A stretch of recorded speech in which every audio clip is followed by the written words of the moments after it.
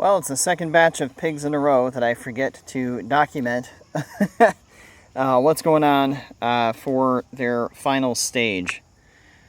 Looking here, you can see a huge amount of water that I have used, and I want to use this video kind of as the aftermath for this is what happens to an area with pigs for 4 months. Got a poop area in here, got a poop area back there, and an older poop area back there, and there's very little foliage in this area. This was inches of leaves and straw.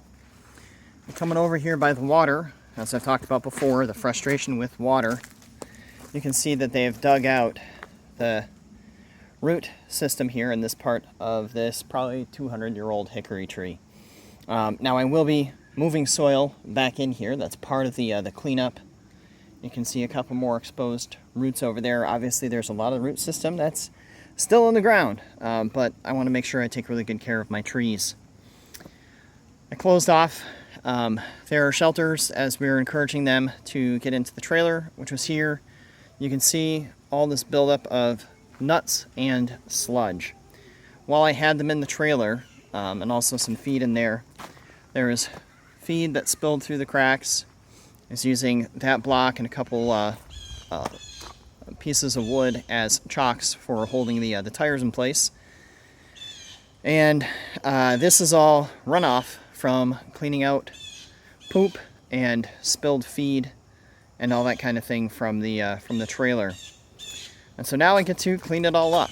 We've already bunched up two. There's the third strand of electric netting. These are some of the support posts that we've used, the hose that I had in order to spray out their area. So 100 feet, another 100 feet. Got some leftover feed, and the pig feeder will be periodically tossing it to the chickens a little bit at a time, giving them some extra scratch. And then up here are the pigs in my truck. So another 100-foot section. There was one little area that had gotten broken. There's one post that's bent from when we had some pigs get stuck in the fence. I'm going to be quiet here as I walk up and take a look.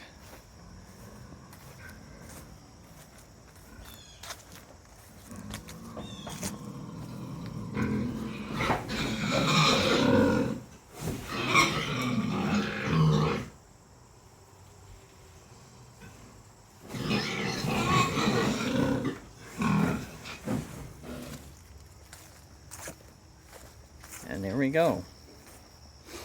This is the night before they head out to the processor early in the morning.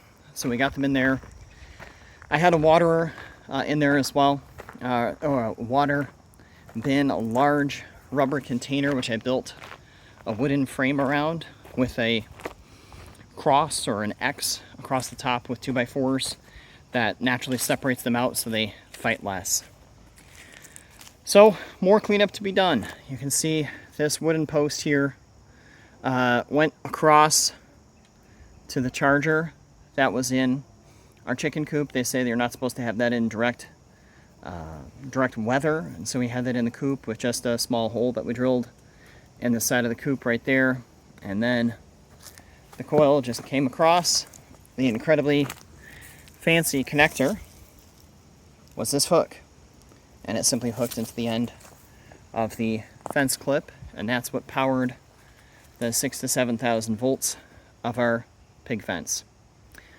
So as far as cleanup goes, I'm going to empty out their barrel, pour that on out. I'm going to scrub it out, get it real nice and clean. Of course, I will clean it again before I use it for pigs in the future. I'm absolutely going to abandon the idea of a pallet being a sufficient base. I'm just going to go a 4x8 sheet of plywood in the future. This is their ramp, which I turned out to not need because of the slope of the ground, so that was a whole lot of nothing. Then all the work that I put into these IBC totes. I'm not sure if I'm happy with these, if I'm going to leave them as is. Each of these had a custom width here, and so I had to use different wood scraps in order to hold in the T-posts. I will say it still is extremely rigid, so yay for proper construction. But now it's the cleanup. Not super fancy, but it needs to get done. I did not need to use that hog. I forgot the name of it, but it's intended to make it easier for you to push the hogs along if you need to convince them to go in a particular direction. So it's the end of September. They're almost 6 months old. It's time for them to move along.